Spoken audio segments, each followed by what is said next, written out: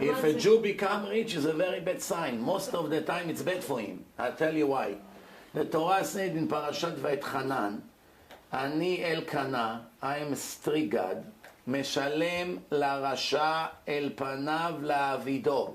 When I see a Jew that is 90% sins, 10% mitzvot, what am I going to do? I have to pay him for the 10% mitzvot. I have to pay him. Where will I pay him? I don't want him in heaven forever.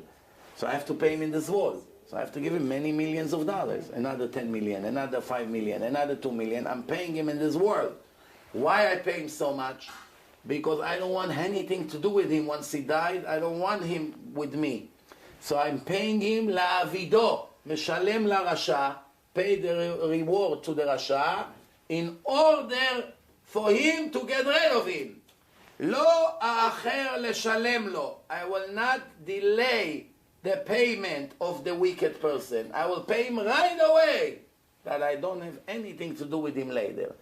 So what do we learn from this in the Torah? In the Torah, it's a verse in the last 3 verses in Parashat Vayetchanan. No rabbis, no Gemara, no Zohar, in the text of the Torah. I am the zealous God who pay Meshalem larasha, pay the wicked cash to their face to get rid of them. I will not postpone their payment. I will pay them right away to destroy them. This is a verse in the Torah. What does it say about the tzaddik? It says, Meshalem le'ohavai, I pay my lovers, le'shomrei mitzvotai, that keep my mitzvot, le'elef dor, for thousands of generations, to the righteous. So what do we learn from the Torah? Very simple. You don't have to be a genius. It's simple Hebrew. The ones that Hashem love, He put almost all the reward for the afterlife. Why? Because it's much bigger, gigantic, and eternal. And He gives them what they need in this world. The one that He hates, He gives them for whatever mitzvot they did. They give some donation, they keep some mitzvot. Even the biggest wicked persons, they have some mitzvot. No, he has mezuzah. One time he participated in Brit Milah. He did Brit Milah for his children. He did some mitzvot. So Hashem give him $100 million. He gives him everything. He has a dream. He wants to own a baseball team. So he allow him. He wants to buy this building. He win. All kinds of things. Give him a pretty wife. His son became a lawyer. All his dreams come through. And Hashem says, I'm done with you. I paid you for all the good you did. Now you have nothing. You come naked. So therefore, if you see somebody wicked, only growing and making and everything works for him, he's the only most miserable person. However, sometimes righteous people, Hashem also give them a lot of money. Why? Because He wants them to have an opportunity to triple the reward. You should know one thing that most rabbis don't say. Most rabbis don't want to put the highlight on money too much. Why? Because they don't want the wicked people to take advantage on what I'm about to say. But Hashem said it. So if Hashem said it, it means He's not worried about it. What does Hashem say? Hashem say, Gadol ha'me'aseh yoter min ha'oseh. When a Jew makes other Jews make mitzvot, his reward is greater than them. So that means if I convince one of you now to do mitzvah that you never did, tomorrow you do it, Hashem will give you full reward for your mitzvah, and I will get a little more than you. Doing nothing. Just convincing you, giving you CD, whatever. Now if I came and I gave you a few hundred CDs here today, somebody paid for it. I cannot pay for 20,000 CDs every month for my pocket, no. So if it costs $1 and somebody gave $400 or $500 and sponsored the CD, and the CD is traveling from Jew to Jew, from car to car all over the world, and Jews becoming religious, all the mitzvot they will keep from then on, thanks to his CDs, goes all to his account. So from here we learn something very interesting. We must keep mitzvot, we don't have a choice. But all the mitzvot we're going to keep for the 70, 80 years we're going to live, it's not even 1% of how much our money can make to us.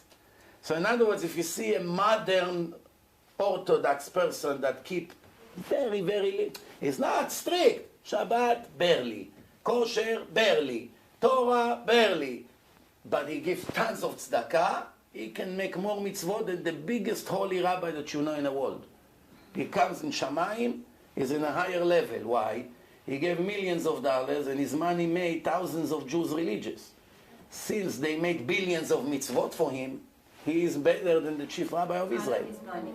Because of his money. That's why rich people that don't give tzedakah, they'll kill themselves when they die. How stupid they were, burning their money on nonsense, when they could have bought billions of mitzvot easy with their money. And by the way, it doesn't cost millions to buy mitzvot.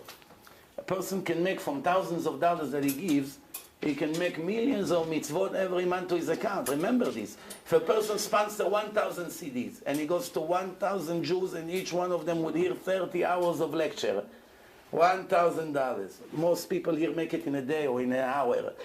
You know, in this town, I know people who make millions of dollars every month. Knowing them personally, I know how much they make. They ask, sometimes they call, I made that deal, I made $12 million. How much you worked on a deal? 2 weeks. In 2 weeks, he made $12 million. So how much from that he will give tzedakah?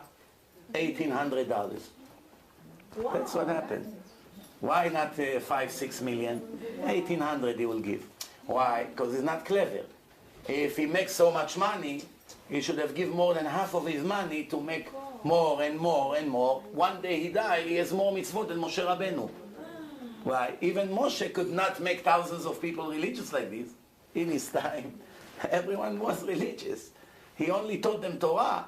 But you take a person that is a goy and you made him shomer Shabbat, and one he puts his children in yeshivot, and then he has grandchildren and grandchildren and grandchildren and you have trillions of mitzvot. For what? Doing nothing, just like. And what happened in the end? The people died, and who takes their money? America, Obama. Uncle Sam will take the money. So you rather leave the money to Obama than making your brothers religious? This is it.